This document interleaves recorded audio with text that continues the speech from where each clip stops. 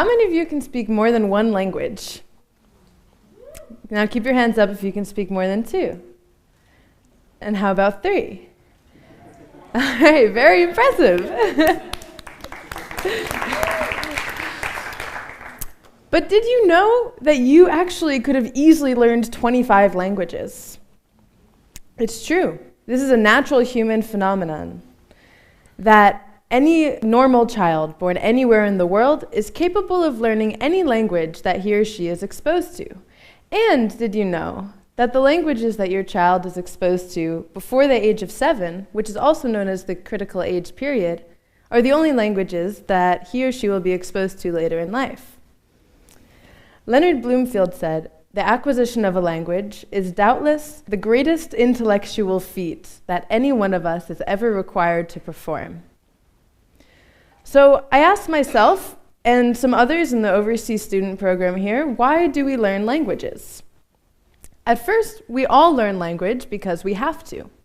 As humans, we're designed to learn language just like we're designed to walk. There's simply no preventing it. But then there's some of us who actually do it for fun. We go through the struggle, we put in the effort, feeling wrong all the time. But we love it because it's so great. It's awesome to speak another language, to carry it with you everywhere you go, to travel and communicate with people in their native language makes conversations so much more personal, and you actually get to enjoy more out of life because it gives you the opportunity to understand more music and movies and games from around the world. So I want to ask you another question, and I want you all to think about this. If we started taking advantage of the amazing ability that children have to learn languages and the plethora of free language learning tools we have on our devices today, could we, by reducing language barriers, reduce other barriers in society? Which begs me to ask another question. What exactly are language barriers, and what do they do? I know what some of you are thinking. You're at the dinner table, and you're between your mother, who's Russian, and your beautiful American girlfriend. And you're having a moment of realization that you've just hired yourself out as a translator. So you have to spend the whole evening hearing everything 3 times. And even though you thought that you could speak English and Russian perfectly, you're starting to feel confused and frustrated, and you're desperate for a couple minutes of alone time just to think in whatever language you choose to think in. But there's a lot more to language barriers that I want you to know. Have you ever heard of linguistic relativity? Linguistic relativity is the field which asks questions on the relations between language, perception, and thought. The core theory is called the deterministic theory. It's scientifically proven, and it states that the language you speak shapes the way you think and influences your behavior. The fathers of linguistic relativity, Benjamin Whorf and Edward Sapir, also state that if a word doesn't exist in your language, you won't know the concept. Now, I think that those guys can be a little extreme in their theories. I think, rather, that if a word doesn't exist in your language, you're a lot less likely to identify with that concept. One of my friends here in Israel, a native German speaker, told me a story once of how the English language changed the way that she thought about love. She told me she still remembers the first time she heard the term falling in love, and that she was shocked at the use of the language because she had never thought of being in love as something that happened suddenly and dramatically. And she pictured someone actually falling. And she could feel that, and then she knew that someday she would experience falling in love and not just being in love. Also, in body language, we find interesting differences among languages. In Hebrew, this means wait. However, this is a great insult in Italy, and I wanted you all to know that. And the most obvious differences in languages that are influencing our thoughts and behaviors is in vocabulary. One scientific experiment in linguistic relativity showed how gender association impacts people's perception. This study used the word key. which is in German a masculine word, and in Spanish it's feminine. So subjects were asked to come up with words to describe a key.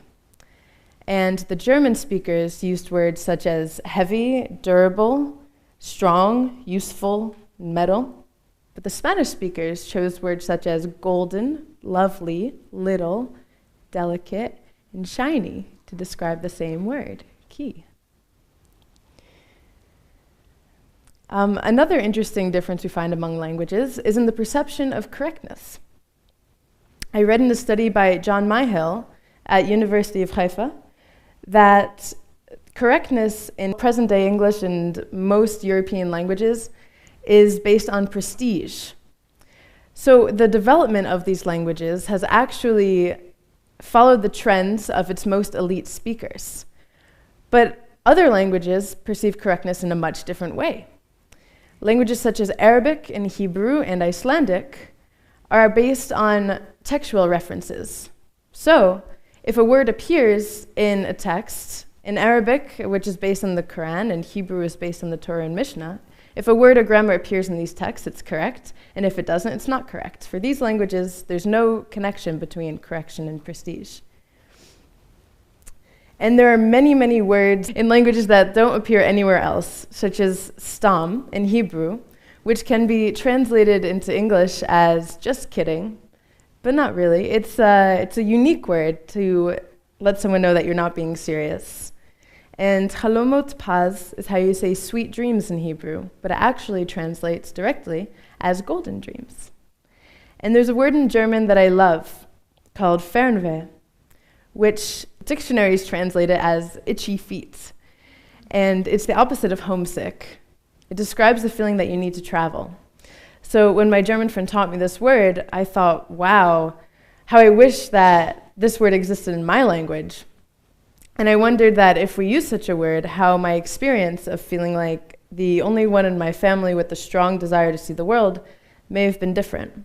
So a few weeks ago, after auditioning to be up here on the TED stage, I reached out to my psychology professor back in New York and asked him what he thought about linguistic relativity. And what he says explains the story of my friend and, in terms of psychology and memory, what happened when she learned a new term about love. He said, "It is the breadth of our language, not our vast experiences, which help color our lives. That is in memory.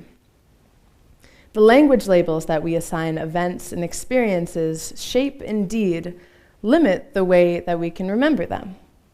For example, if the only positive emotion word we knew was happy, all positive memories are labeled as happy memories.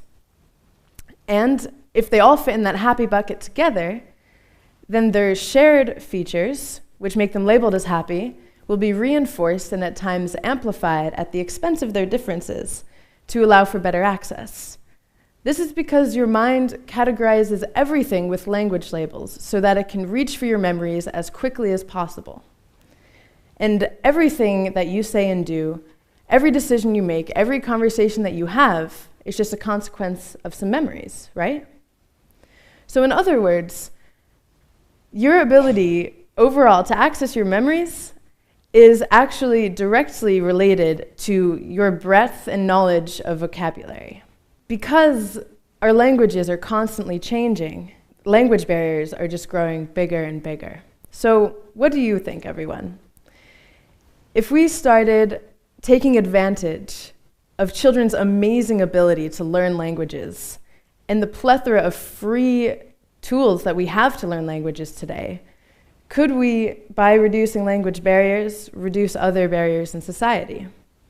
The answer to me is crystal clear. By emphasizing foreign language study in your community, you're seizing an opportunity to reverse the creation of gaps in the way that we think and behave. There are so many issues in society today that are thought-based, like racism and hate crimes and bullying. So by increasing the knowledge of language, we can overcome these differences. Also by having more multilingual programs for children, of course, because it's that critical age period before age 7 where we have this opportunity. So one such program exists in Jaffa called the Orchard of Abraham's Children. It was founded by a Palestinian man and a Jewish woman who are married. And they've established 3 kindergartens that teach in both Arabic and Hebrew and celebrate both cultures' holidays. So programs like this one are using bilingual education to promote peace and coexistence in a humanitarian, non-political way. And it's so effective because our language is a huge part of our identity. Being born to Reformed Jewish parents gave me really early exposure to the Hebrew language. And if it wasn't for that early exposure, I'm sure I wouldn't be here in Israel studying linguistics or giving this talk to you about the power of being able to identify with more than one language. Now, I want to leave you with this quote by Helen Keller, who was an American author, a political activist, and the first deaf-blind person ever to receive a Bachelor of Arts degree. Suddenly, I felt a misty consciousness as of something forgotten, and a thrill of returning thought. And somehow, the mystery of language was revealed to me. Everything had a name, and each name gave birth to a new thought. Thank you.